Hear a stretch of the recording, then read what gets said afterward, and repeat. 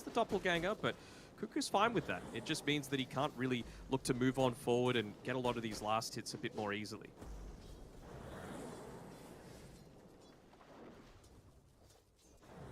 This wave is going to give Topson his level 6 though, so even Lelouch has his own, so Topson's going to be pretty cautious. Of course, can play around with a heavily jump. As long as Lelouch has a wall to bounce back on, could have some threat, but Topson having that Thunder God's Wrath now could open up the kill. See, they were trying onto Natsumi bottom, but a nice doppelganger when Zephyr was charging up the fissure. I think that was just bait from Zephyr. He wants him to bait out the usage of all this mana, just so that he could look to make those plays onto him with the Thunder God's Wrath. They forced out the heavily jump, but they're going to be fine. Now they can turn it back around with Whitemon's TP. They'll chase down Xavius. He'll take away the Vision Rune at least. And Topson's out of mana, so they won't even get the kill. Very nicely done. They kind of bait the TP from Whitemon. I guess it is a Rolling Thunder expender from Lelouch, which early on is like 90%. Oh, no. Oh, no. He went out of the meld. He went out of the meld. He was there. He wasn't under the cover of a sentry ward, and he just right-clicked someone. Oh, no. Can't be giving up kills like that in this lane that's already so difficult for you. Bottom lane. Bottom lane so well. Have they done the damage to get the Thunder Gods out? They're lacking the mana at the moment from the Zeus. So Natsumi will be fine. Went into the strength towards, had enough time for the magic. He might be able to kill off Cuckoo. Up to 4 stacks. Zephyr's going to hold him back at the moment. Nice side step from Cuckoo. Now they can go back in because Cuckoo himself is finding some sticky napalm stack. It's a very interesting lane we have down bottom. Just, both the Shadow Demon and the Batrider wanting to play their distance, just to spam out the abilities. But this time it's going to be Cuckoo that comes out on top. It's all about playing around those cooldowns, right? Making sure that Cuckoo's got the Firefly available, playing around that doppelganger. Natsumi actually getting backed up a little bit here by Xavius, and it's a big rotation unless Zephyr's able to get a great Fissure off. Perfectly done. Lelouch, another kind of movement out of Polaris that's going to be stopped here. So they're going to bring another member down, maybe to refill the bottle. Yeah, Lelouch is trying to give over the remaining sips to Natsumi. And AU will refill now the bottle once again from Lelouch. But this is meaning that no one is farming the mid wave. No one's farming mid, but I think they're still very satisfied with the current state of this game. Force is 2 levels ahead of Ana right now, sitting at the very top of the net worth charts, and he's not looking like stopping. They're just looking to group up around this Vlad's, looking to potentially go into the full Wraith Pact as that first item, because they have plenty of ways to be able to interrupt the Black Hole for now. It's all about the push. That's what you need. Both of the River Runes going to be in some trouble. Xavius up top will go down with the Thunder God's Wrath, and meanwhile to the bottom one, Lelouch this time will convert with the use of the Rolling Thunder. Now they're even going to look to try and take a stack away. It's just a double stack of the hard camp. Nothing too crazy, but it will definitely slow down the farm from T1. Yeah, every little bit helps for sure. Topson, he's going to walk on in and see that, well, his precious stacks are gone, although Cuckoo doesn't really have the movement speed to be able to catch up to them just yet.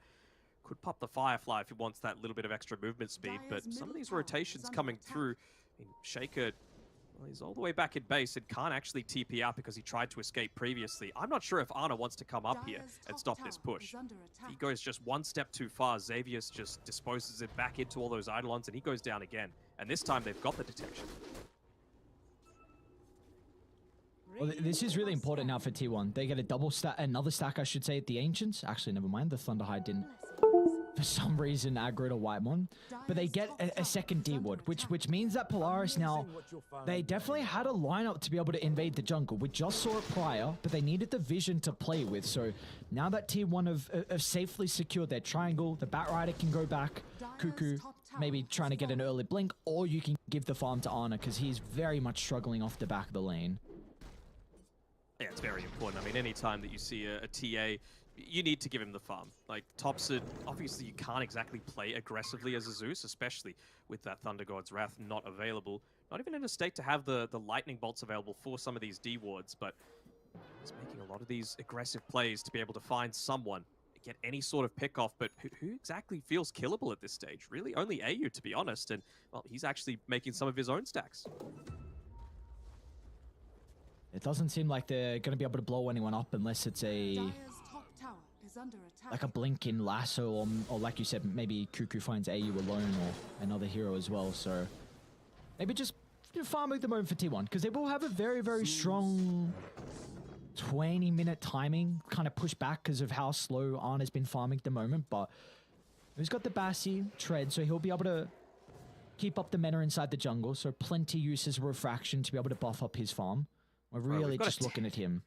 We've got a 10.5-minute Wraith Pact coming out here for oh for my Force. lord. Like, he is actually having such a bonkers game where you're not even going to have full value coming out of this Batrider, right? He is the one that's doing the majority of the initial damage coming through. Like I was saying before, Omni Knight doesn't do it. Earthshaker doesn't do it until he's able to get into the Aghanim Shard. So, yeah, it's all on Cuckoo's Batrider, and suddenly if you're just reducing 30% of it, what exactly are you accomplishing? Force, is he going to solo Black Hole Arna? He's considering it. He wants to build up those They get the Eidolon first. split. He's going to step out. There we go. Okay. All right. I guess he, on top of Xavier, still see 3 other tier 1 heroes, so maybe he felt like it was going to be a bit too difficult for him to find the black hole with Zephyr nearby to cancel that. So Thompson gets a much needed kill. He's up to 2 kills of the game and very close to the Kaya for the Zeus. And I wonder what the build is going to be for Thompson in this game. You know, we've seen a lot of the Kaya into the Aghanim Shard, back into the Kaya and Sunj. And then kind of from there, the Scepter kind of afterwards as well. Yeah, I feel like it's pretty important to get the Scepter early-ish in this game, just because you're going to have the ability to find out the Enigma from long range. You know, if you get anywhere near some of these team fights, you know, obviously you're not going to have an Aether Lens super early on. You're going to get caught by the Master. You're going to get caught by the Pango. You're going to get caught by even just the Malefice, right? So you need that additional way to be able to cancel things like the Black Hole. Nice read. Great read from Natsumi. TP's out of bottom. Getting away from the smoke gank from T1 because they have this blink completed on Cuckoo. Really needed that kill to slow down the Phantom Lenses game, who hasn't been farming overly well. Midas not completed for Natsumi will definitely be that steroid that he requires to be able to be the late game threat that we're expecting him to be. But T1, they need to be able to convert with this smoke. And with this tier 1 tower still surviving on the Radiant side, that's the big thing stopping a lot of these smoke They're going to plays see them. right? Cuckoo. The smoke pops and the ward on the high ground. They know exactly where T1 are positioning. Cuckoo's unable to get the jump in, and Polaris, they're okay. Get rid of the ward as well. But yeah, I think they... It's not like they can, though, right? This is the main issue that I had with T1's draft. They can't take towers super easily unless Ana gets involved, and because of the laning stage, it's going to be quite some time until he can. So that mid-tier 1 tower blocks a lot of these smoke attempts from some of the more unorthodox angles from the left-hand side. Makes it really obvious whenever they're looking to go for any kind of attempt to gank inside of the jungle and disrupt Natsumi's farming patterns. And again, the vision game as well from Polaris, just scouting out Cuckoo inside the jungle. And a very good job. That was placed prior and it's still up and doesn't look like they have any idea of the positioning. Can they catch out here? Thompson, oddly enough, putting himself out on the front lines. Just trying to keep bullying away, do his job in shoving out these lanes as much as he can with the Arc Lightning. Looking to use that Lightning Bolt off cooldown to be able to prevent even more of that vision that's been coming out from Polaris. We're really getting to a stage where a big... they need to convert on this. 2 smokes in a row now, and if you don't succeed, this Blink Dagger on Cuckoo is not going to be helping out in farm. So they're going to try and move to the triangle. No one's home. Nice scan. I can't see. I think it's red. Red? Yeah, it looks... Yeah. Beautiful scan. You're asking the red game colorblind guy if it's red or not. As soon as I said that, I'm like, yeah, probably the wrong question to ask. I couldn't see all the lines were drawn on the map. I'm like, come on, dude. Bot lane, you got Blink Dagger. All right, they find him. A big jump from Cuckoo onto the PL, but there's no damage. Natsumi's okay, still gotta be cautious.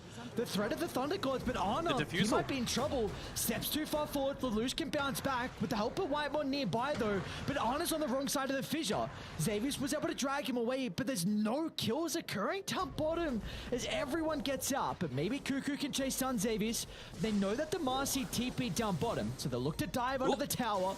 He will make him work for it, but in the end, it's going to be Thompson that gets the kill. And he's up to a killing spree, but look at the move from Polaris. Instantly to mid lane they go to try and take the tier 1 tower, and they could potentially get the kill as well onto Zephyr. He's got the Echo Slam at the ready.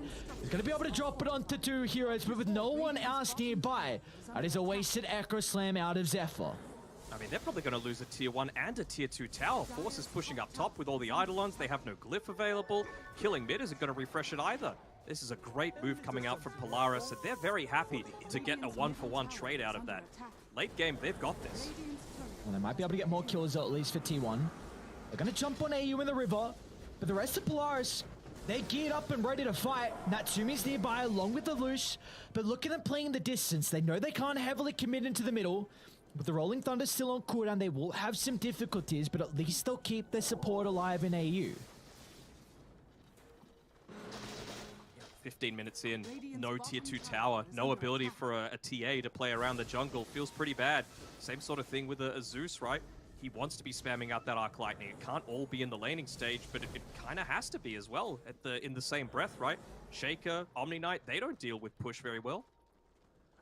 But Ana has well and truly caught up. He's top of the net worth. Incredibly impressed with his farming pattern. Top lane, Zephyr will go down. Elthus is going to be out from Force to be able to cancel the TP. Now, meanwhile, mid lane though, Lelouch, he's going to charge into the middle. Gets a double stun, but there's nowhere to bounce back on. So once again, another use of the Rolling Thunder. That's not going to pay off for Polaris, but they do at least get the tier 1 tower in the end. They do, and they're going to get some of this vision back as well. AU and Lelouch looking to get the D-Ward happening. Now suddenly, honestly, a quarter of T1's map becomes unplayable. Just this area around the jungle, you've got probably a little bit more potential to be taking Roshan. It's all on the back of Ana if they're going to get any kind of Roche plays happening for T1. And you've got the Wraith Pact, you've got the Pango, the Sidekick as well that's going to be assisting Polaris with taking that. And they're on Radiant. So really feels like they're just wanting to set themselves up around there. Xavier's just playing around the bottom side of the map, the more dangerous farm, but it's tanky enough that if you're committing to kill him, it's going to need to be multiple heroes, and oh, there's that Blink Dagger.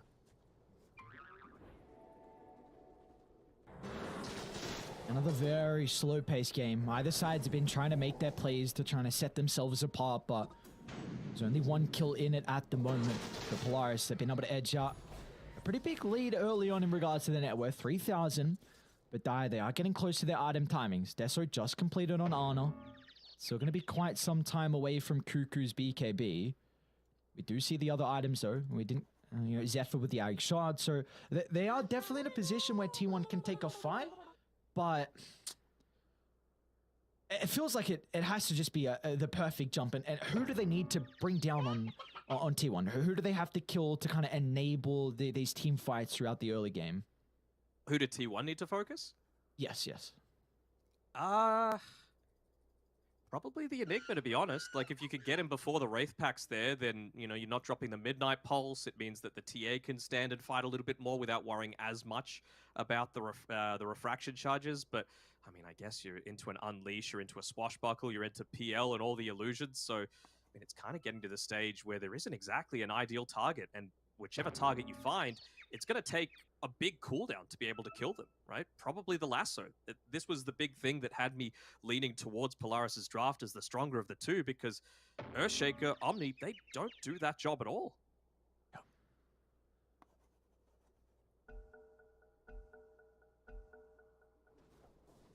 So it definitely feels like it's just another game where, I mean, it's just such an easy thing to say, but it just comes down to vision. Like, if you're able to get those key components out of Polaris in the team fights, and it could help out T1, but it's very similar for Polaris. If you kill off the Omni Knight to start, potentially if you're able to find Thompson out of position, that can really limit the damage. Oh yeah, by far, Thompson is the most important one that needs to be dying here.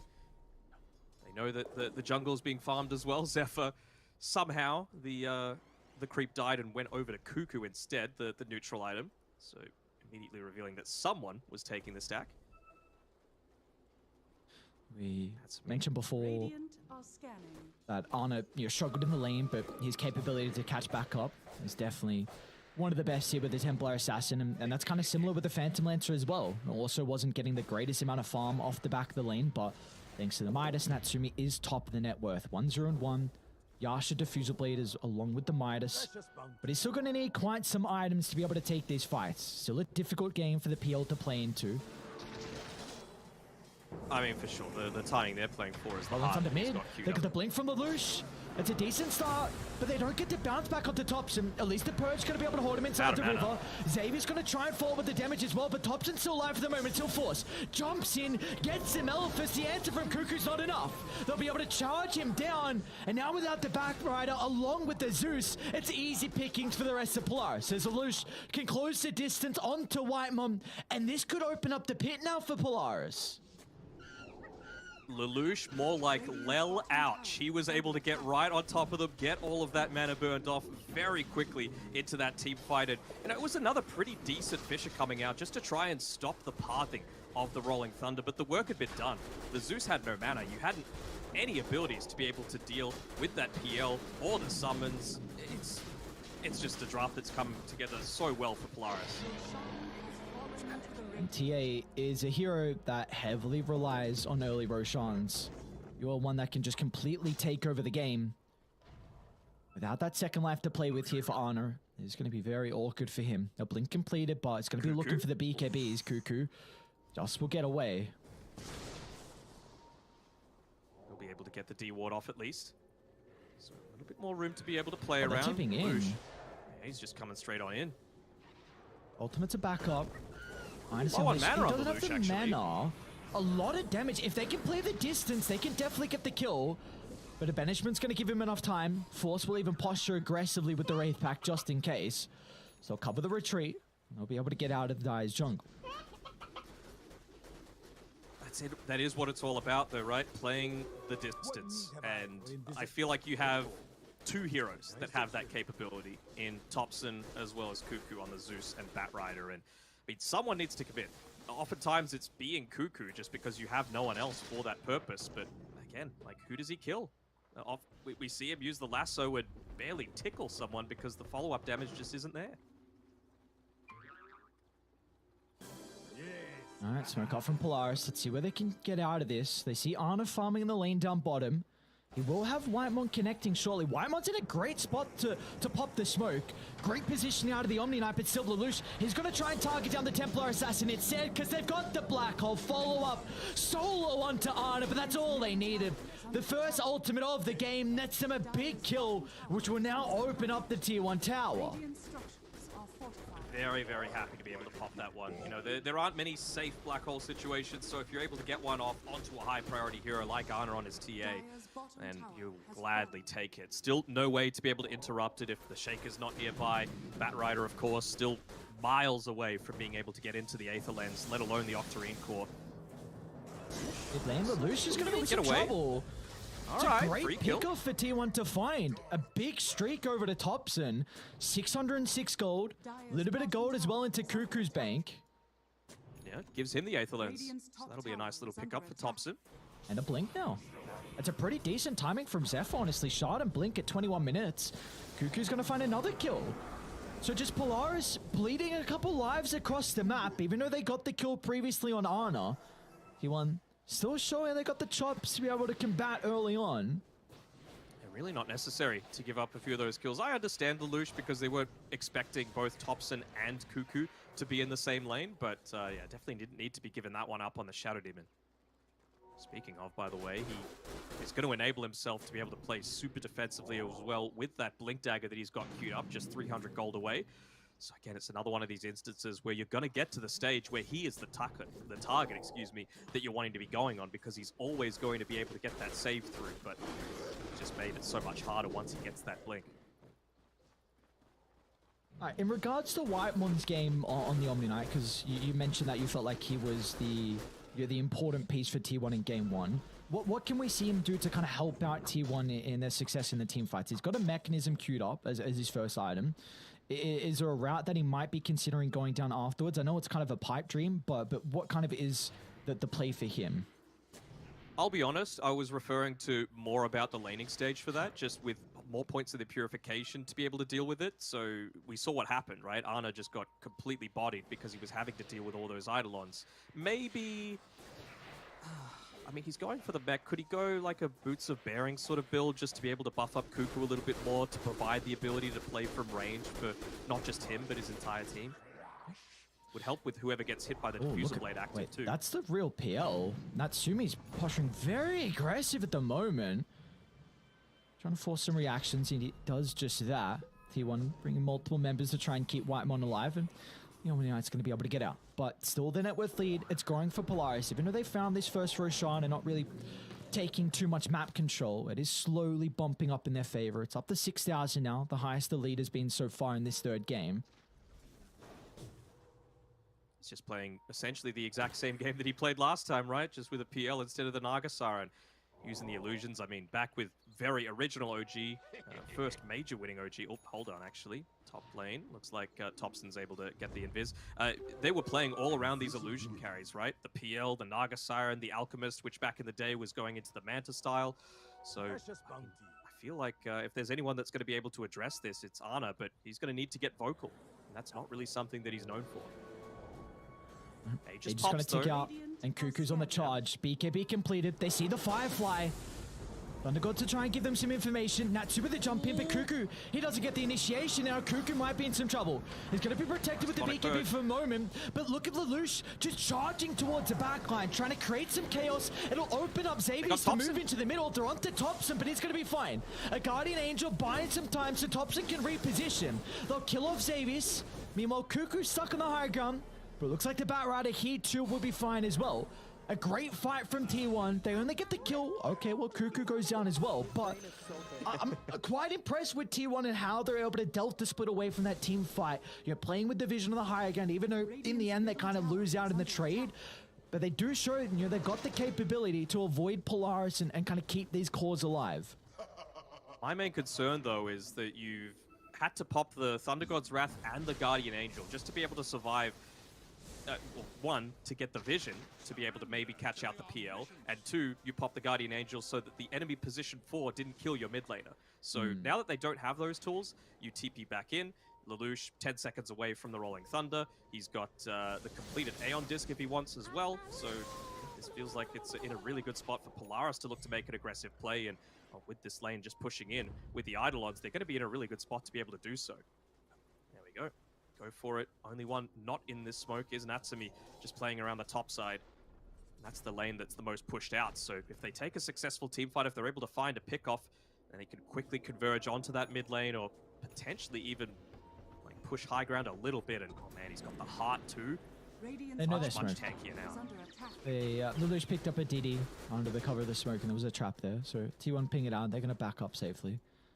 You just mentioned as well what the position 4 in Polaris is able to do in the team fights, and you take a look at the next item from Xavius. We see a lot of kind of the BKB into the Basher afterwards, but this time it's actually going to be the Nullifier to look to address the Omni Knight. I like it, honestly, because it's going to be really nice versus Zeus as well, because more than likely late game Zeus will be considering an Aeon Disc. Position. Aeon Discs, 4 staffs, all that. Xavius, if he drops a ward, they're going to see a lot of heroes on T1. The trap again, a lot of information that Arn has been able to provide them. They back off immediately to the only place they feel safe. It wasn't actually safe on Division, but they look to deward that on Cuckoo. It really does feel like these TA traps are providing so much information. Has Arna gotten into the Aghanim Shard yet? No, not quite. So that might be a difference maker. Another smoke. That's 3 smokes in a row for Polaris. They sense an opening. Of course, Enigma with BKB. Unless Cuckoo uses the lasso, then this is just a guaranteed free kill onto anyone in the fight. But 3 smokes, if they don't get anything out of this, will really open up T1 to maybe play aggressive now on the map. Potentially. It's a really long Roche respawn as well. So, again, they want to get a pick-off because they know that this is their strong timing. T1 realize that, so they're playing uber defensively. So it's good play on both sides, but like you mentioned, it does open up a small window for T1. However, Polaris are happy with going late. It's an Enigma and a Phantom Lancer who's in an advantageous core-to-core matchup. So things are just going to get easier. We mentioned before Xavius on his Marcy. Getting into that Nullifier is just huge, right? Position 4 with a Nullifier, kind of nuts if you're able to get to that stages, and it never really feels like the Omni Knight is going to have that same level of impact. Maybe the Shaker. Zephyr's been playing pretty well. T1 at least, they have been able to deward both the observers that were placed on the cliff, kind of with the top power rune and the bottom power rune. So this will give them a bit more of a... Oh, look at the jumping. Cuckoo. Onto the Mars in the mid lane. Lelouch is instantly going to be able to follow in pursuit.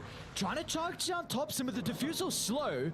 You're able to close the distance, but Whitemon's going to protect him and the fissure as well. Once again, the T1 supports are doing a really good job to cover the retreat whenever the Rolling Thunder is used. It was always this duo within SCA for at least 2 years. They were the best support duo out there, and well, clearly showing why. Just their positioning always on point, spell usage, recognition of where's safe to play on the map, and well, I feel like they're not going to feel too confident in going forward now because that BKB black hole disruptor in the Flaming Lasso, it's not available. Look at this observer ward. It's giving them so much information. They're going to be cautious, T1. Natsumi's going to charge forward, but the traps again. Giving T1 that opportunity to be able to reposition. Ana's considering about beating back onto the Phantom Lancer, but he's very hesitant with his own positioning. He bought the shard on Ana as well, so he's going to have that little bit of silence to be able to stop, for example, the Shadow Demon for going for the saves.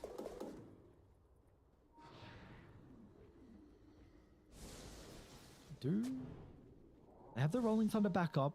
They used it previously, I believe, with the Arcane from Lelouch. And have it back available for this team fight. Next, Roche is going to be spawning shortly as well. But look at them charging forward. That's a big pickoff. They get the Earthshaker. It's a lot of their stun control in the middle of the fight. They found Thompson. That's even better. Go to the Omni Knight instead. They're onto the Whitemon Omni, but they might not be able to bring him down. Instantly utilizing the ultimate. It's going to give him enough coverage, but out to the right. Forces in. What a disastrous black hole as T1 have got no response. The ultimate to secure the team fight is dire. They need to get out. You can't lead back into the middle now. It's Polaris. They'll come out on top once again and more than likely secure the pit. They will indeed. They've got the vision. They've got the heroes to be able to do so. And well, take an absolute miracle play coming through here from Zephyr with maybe an Echo Slam to go into the pit. But it's just not worth it. I feel like this Aegis isn't going to change matters all that much. Obviously, it would have been great if T1 could pick it up, but it's not worth the risk. Not when you're risking falling out of these SCA qualifiers and losing a chance for that straight path to the group stage. They're just doing the little things right. The positioning from AU, scouting out any kind of smokes that might bring the game back in T1's favor. The Aeon disc purchase coming out from Lelouch, making him survive during the middle of that team fight. He went onto the backlines and Ana, he was pretty good with the right clicks. Onto Marcy. Kuku's going to get the jump as well to the Shadow Deer, but now Natsumi's showing up.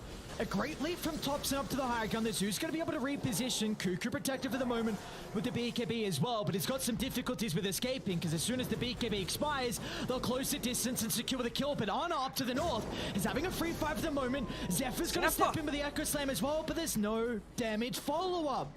As Polaris once again doing an incredible job thanks to the banishment from AU, buying them enough time to retreat.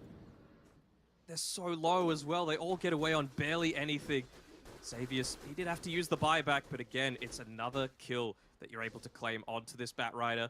More scaling that's going to be coming through. I mean, PL, level 21. Thanks for a little bit of Phantom Rush range. He can look to play from afar. It's really... Obviously, they've got the capabilities to deal with it with the Zeus. You know, Thompson, he's level 18 now, so that's nice. Getting them a little bit lower cooldown on the Thunder Gods and the bonus damage coming through too. But if you're revealing yourself to be able to clear these PL illusions, then you just open yourself up to get jumped on. It's the BKB on Thompson. He's tired of getting mana burned. He's tired of getting chain stunned with this Rolling Thunder.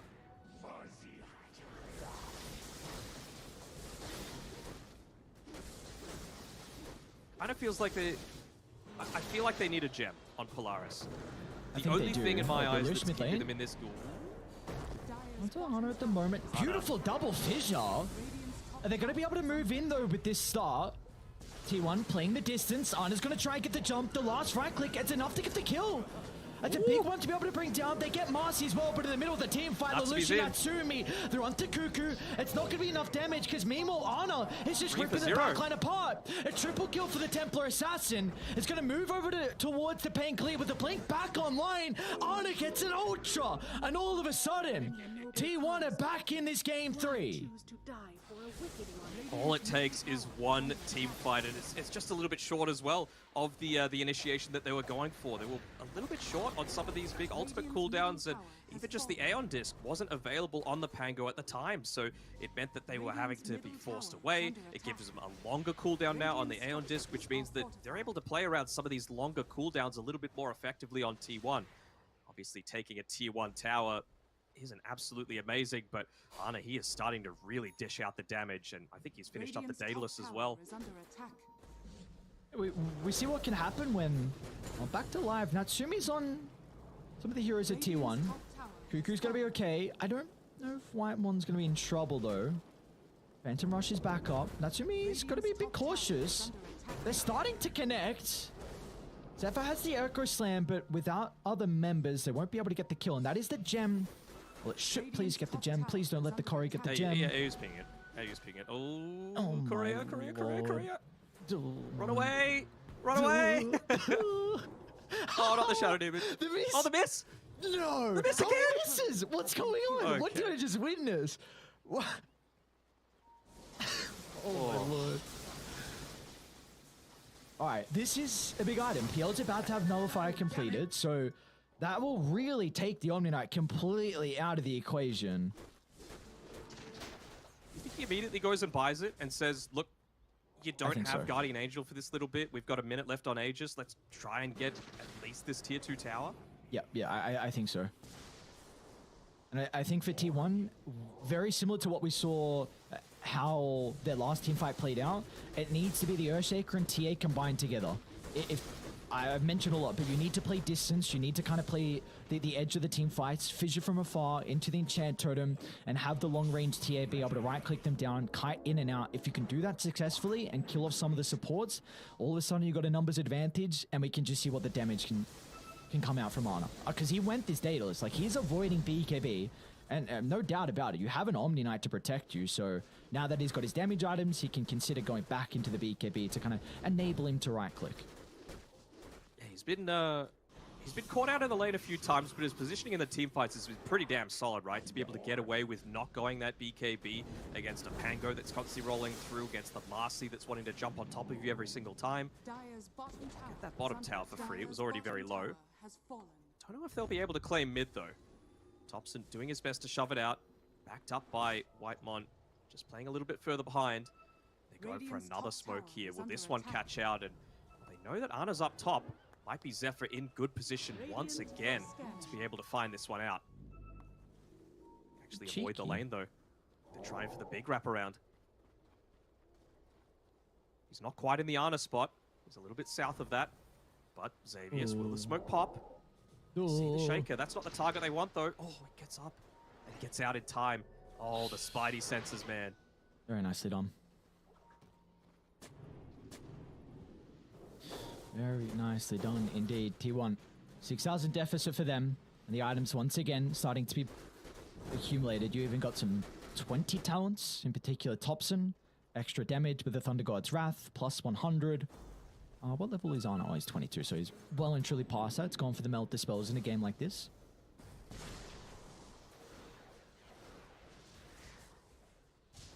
Tense, isn't it? Oh, very tense, with so much on the line as well. We've mentioned time and time again, but the last chance qualifiers are going to be an absolute bloodbath. Only two teams moving over to the group stages, and both T1 and Polaris want that opportunity to face talent in the grand finals. Making it to the groups would mean so much for these teams. They don't just want to be in the last chance qualifiers, they want to be battling it out at the TI venue. They know there's smokes happening. They saw Thompson using the Chain Lightning in the laning stage. They want to find this backline. If they could get Force, that would be enormous. He doesn't quite yet have the Aeon disc, so he's immediately booking it to the rest of his team and the safety of AU. They're going to see Xavius, the only target they've seen at the moment. It looks like T1. I like the call. Yeah. Like, no, we're not going to take a fight where we know Polaris have been able to set up a formation and drop some wards down. We'll force them to come to us, but kind of the issue with that is top is getting shoved out, so someone might have to show. I was thinking maybe Force might have summoned Cuckoo just stole a Spell Prism. That's a pretty big item, man. Is it stolen? Yeah. Oh, it PL, was. yeah. Instantly just runs over to Thompson, gives him the Spell Prism. A little bit of a laugh as well. All right.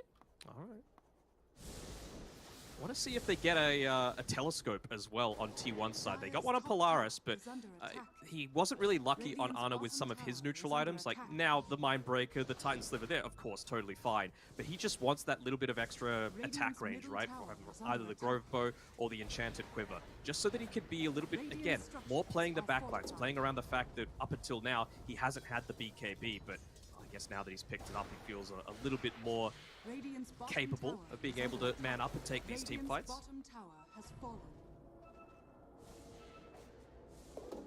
Finally, Tier 2 Tower is going to be playing for T1, so they will be able to get the outpost control now. Let's see if they want to set the formation up down bottom and take a fight. They've got a decent ward and a couple traps as well to scout out. Of course, Radiant do have this gem over onto Xavier's. He's also changed up the build, feeling like the Nullifier was a bit too difficult of a route to go down. Second Spell Prism available was just picked up, and it's actually Ana that's going to be holding on to it for now. Never mind. It's the Titan Sliver back in the item slot. I mean, you've got to be giving that one over to Whitemon or Zephyr, surely. He's still holding on to an Arcane Ring. Maybe Cuckoo might take the Spell Prism and Zephyr. They're going back and forth. I don't know what Zephyr wants. He's got the Timeless Relic at the moment. And yeah, Cuckoo's got the Spell Prism. All right, smoke on smoke. Gaia, they're going to path over to Radiant's jungle. Whitemon, you do not want to enter the high ground. This is a hero that is so important to the lineup at T1. You cannot lose the Omni Knight at the start of the fight. There's Cuckoo, he gets a jump. Over to Xavius, AU's instantly in with the banishment, but there's a double damage run as well. Natsumi's going to snag that up, so they will have this advantage now as instantly T1 on the retreat. They'll be able to get back towards the T2 tower. Can they go back in though? Because meanwhile, Whitemon, he's completely isolated a rest from the T1 members. They'll kill off the Omni Knight. He does have a buyback to rejoin if the team fight breaks out. Looks like that's not going to be the case, as Polaris, they're happy with what they've got. What I really like about how, I want to say it's Thompson making a lot of these calls. They are just refusing to fight under areas where they don't have the information advantage. As soon as they saw that Observer Ward with the Lightning Bolt being dropped next to Whitemon, they did that's an aggressive blink. Zephyr's going to be in some trouble now. Instant use of the Nullifier, but the Acro Slam, it's not going to be able to get enough distance away as the Illusions will finish the kill. Another support going down. And that's the Acro Slam expended as well, so they will not have this for the Roche fight. And it's the longest possible Roche fight as well. It was like 2 minutes, 50 seconds, so it's going to be favoring T1 a little bit, allowing Zephyr to respawn and still haven't impacted this fight. Of course, the Aghanim Shard means that you're not useless outside of these Echo Slams. Of course, he doesn't want to buy back, though. That Wind Waker could be a big difference maker as well in some of these team fights. If you're able to catch out someone that's getting chain stunned or within the black hole. Buybacks, they're the most important resource right now. Everyone has one except for Marcy and PL, and well, Natsby's very close to being able to pick his up as well. They're just camping around this Roche pit. They know that they just don't want to give this free objective over. It's going to be the third one. Will it have the Shard or will it have the Aghanim Scepter? Both are pretty ideal targets, but you would have to say the Refresher, which is on the Roche, is what Force is eyeing up right now. This is Xavius on the high ground. Let's look at the blink away. So Dire, they're going to move on over. Again, no Echo Slam for this team fight. The full wraparound. If they could catch AU, that'd be great. Really is hindering Cuckoo's effectiveness, but you can't go in first with the lasso onto the SD. Smoke's going to pop. Let's see, they want to look to jump. Marcy is away from the team, so once they're in, they're going to lead him with the lasso to try and bring him down, but the damage isn't there. Lelouch, look at the Rolling Thunder, now the Black Hole, onto two, and eclipse the important target on Ana. Now they can look to clean up the members of T1 as one by one they go down, and Polaris have 0 casualties. What another incredible team fight coming out from Radiant, and now they can reap the rewards of the Roshan. Oh, just all that positioning coming through there. He's even got the Aeon Disc in his backpack right now on Force, but just the Aether Lens providing that little bit of extra cast range. Same sort of thing with the Psychic Headband. I think Marcy's holding onto the Telescope as well. That was the longest range Black Hole I've ever seen. And Cuckoo as well. They're going to get another pickoff. Potentially going to make it a team wipe in the end, Cuckoo. Ducking and diving, sidestepping as well. Blink up shortly.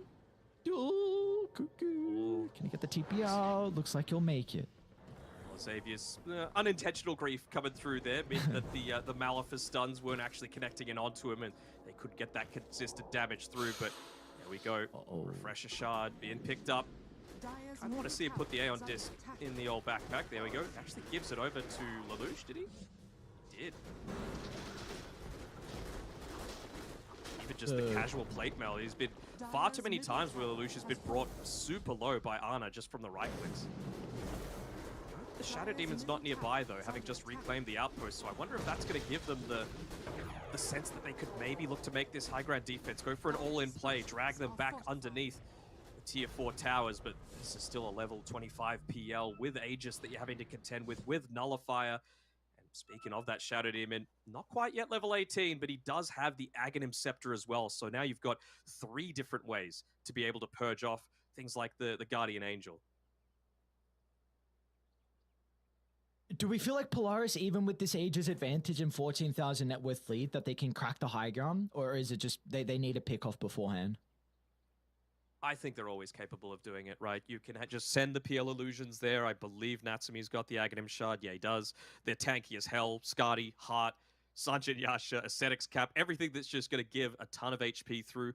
And then the Eidolons as well, of course, assisted by the Wraith Pact. So you think about that and you think, well, you know, Zeus is probably going to be able to deal with them reasonably with the Arc Lightning, but the Eidolons have a lot of magic resistance, so they're going to be surviving a fair amount. And then all that really is again, just revealing the positioning from the Zeus. That's going to enable you to make these dives happen with the Marcy, with the Pangolier, and if Zeus dies, the team fight's just completely open for you. They've still got plenty of buybacks, though. That is one thing that T1 can look to play around with this high ground defense. That's really the big advantage that they are going to have, in fact, is just these buybacks. So we'll see how much they're going to come into factor here. We'll need probably a couple if Polaris do look to siege. Really want to see AU just prioritize that level 18 as much as he can. He's, what, 12 experience away. It's only 100 damage, but it does make a difference if you're able to just layer this one out onto 3 separate heroes. That's 300 extra damage that you're outputting as a support in a team fight. Close that up, and there we go.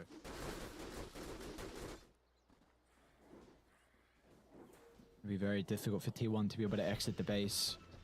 Or this far behind. Maybe you're looking to try and give as much experience as you can over to Ana.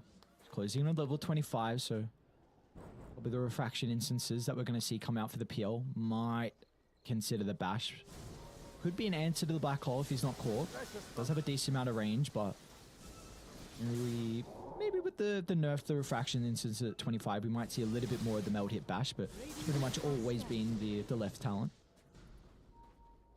Looks like he's been getting caught pretty consistently, though, and that's not even a slide on him. You know, he has to go in. He needs to be that damage coming through, but Force, he's just using all the tools that Polaris have at their disposal to create havoc, create chaos. I mean, look at what you've got coming in. A level 25 PL with Aegis, all these illusions. You've got a Rolling Thunder coming through. You've got a Marcy jumping in on top of everyone. You have to deal with them, and the second you forget about them, that's when Enigma really starts to show his worth. And up top, Zephyr trying to cut this lane as much as he can, but Luchi knows. Oh, no. He actually gets the Stormcrafter. The damage disabling the... Oh, is he going to get the blink away? Oh, the swashbuckle in the nick of time, and now Lelouch. Oh. No way. Oh, on the other way, the U-turn, back he goes, and we'll end up getting the kill. Very nicely done. All right. Pick up front of the Earthshaker and into the top lane, getting shoved out. And I love what Polaris are doing as well. They're making sure they stay by the bottom triangle so that T1 can't even shove out bottom. Oh, my lord, Ana. Way too close. Quick fingers, man. He's been around for a while, but he's still got them zoomer fingers on Ana.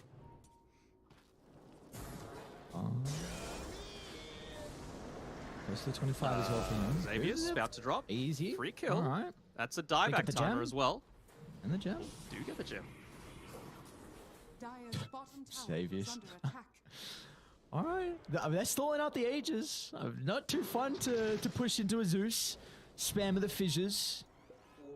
Even honestly, the Batrider with this level 20 talent is a big issue as well. And if he can ever get to that late stage of the 25, then it's very, very difficult with the spam. So they're not going to be able to crack the high ground with this Aegis. 50 seconds left. So it's just up to them now to try and get as much farm as they possibly can. Lelouch, he went the Rolling Thunder cooldown, the level 25 talent. We see the PL as well. He's already had his for quite some time, but the Doppelganger's cooldown. So it's just up to them to be able to work towards their next set of items. But are they ever going to reach max capacity here? In particular, PL, 7-0 and 10. 34,000 net worth. What can he How much bigger could the man get? I mean, he's got a Blood Thought, he's got a Nullifier in his backpack. You know, like, it feels like he's pretty much max capacity at the moment. I guess, what, Scepter, Moonshard into Route to Travel, probably for Natsumi. Yes. Like you said. We're really splitting hairs there. If we're really, like, saying, like, he's not full slotted yet, then that's probably what's going to be next on the cards for Mr. Natsumi's. There we go. Third Aegis is soon to expire. T1, they're trying to set up on the top side lane, but nice read once again from Lelouch. He's going to look to jump out, so that also gives Arna the level 25. He did go for the meld hit bash. Okay, very interesting. Bottom lane, Thompson. Forces in. Oh no, they cut the Batrider as well, so they can't get the break. They won't be able to cancel the Black Holes again. Onto 2 goes the ultimate, but the instant use of the buyback. T1, they need to get something out of the top, some buyback, but they're retreating. Instead, Cuckoo is out to the left. The lasso drag back with Arna nearby. They'll break down Lelouch, and Aeon Disc will only delay it. So we're 1 for 1. The pop refresher. Force has got another Black Hole. This might catch them off guard. Yeah, they're still clumping up. Not close enough that they're all going to get caught in the same black hole, but they want to make sure that they're able to take this team fight. This is one of the few instances where they've actually had the outnumber. Xavius, he's still playing pretty fearlessly. Looking to place that super deep observer ward. Try and find the pick off Thompson would be the absolute dream. Then they would have nothing to stop this Phantom Lancer at all. Cuckoo's positioning, however, is going to be able to scout them out. It's kind of big that forces Aeon Disc got popped. A bit more difficult now for him to be able to position throughout the fights. Just go for the smoke again. They want to make this happen. They want to try and invade, go for the full wraparound. They should know that they're playing around. Immediate ping saying, get the hell out of here. We don't want to be able to give them a way to be able to come back into this game. Whitemon, you're very far on the front line. Same with Arna. They'll get the instance onto the real Phantom Lancer, but the chain control's not going to be there as he moves over to the right side with the Echo Slam now. They're trying to target him down, but the Black Hole of a lifetime! Force, where's the damage though? Natsumi's going to try and turn it back around. A Doppelganger targeting down Arna. They've got the real TA. They got to get on Thompson. Secure the kill, but Arna's going to buy back. He's going to try and rejoin the fight, but it might be too late as Natsumi's too far. They don't have the answers to the PL, as now they can look to clean up. Arna brought back, and he might be sent to the grave for the final time this game. But a Fissure buying some valuable seconds, but they'll toss him back into the middle of the team fight as Natsumi's locked onto his target. Arna's gone, no Thompson as well, and look at Lelouch. It might be a rampage, and you bet it is. Natsumi, give him the double rampage, and that'll be it. What a team fight to send Polaris to the grand finals and get their rematch against Talon. Oh my! So close, yet so far, so many times. They've always seemed to be the bridesmaids, Polaris, but this time around, still no emotion. You just knocked out T1 of these qualifiers, my guys, and, well, they're looking just composed, cool, calm, collected, and Force, he gets the shoulder rub. It is all on the back of him. Understandably, T1, they're feeling a little bit deflated right now, but what a performance coming through. From the draft, that was a clear as draft victory as I've seen in quite some time. The lanes were always set up for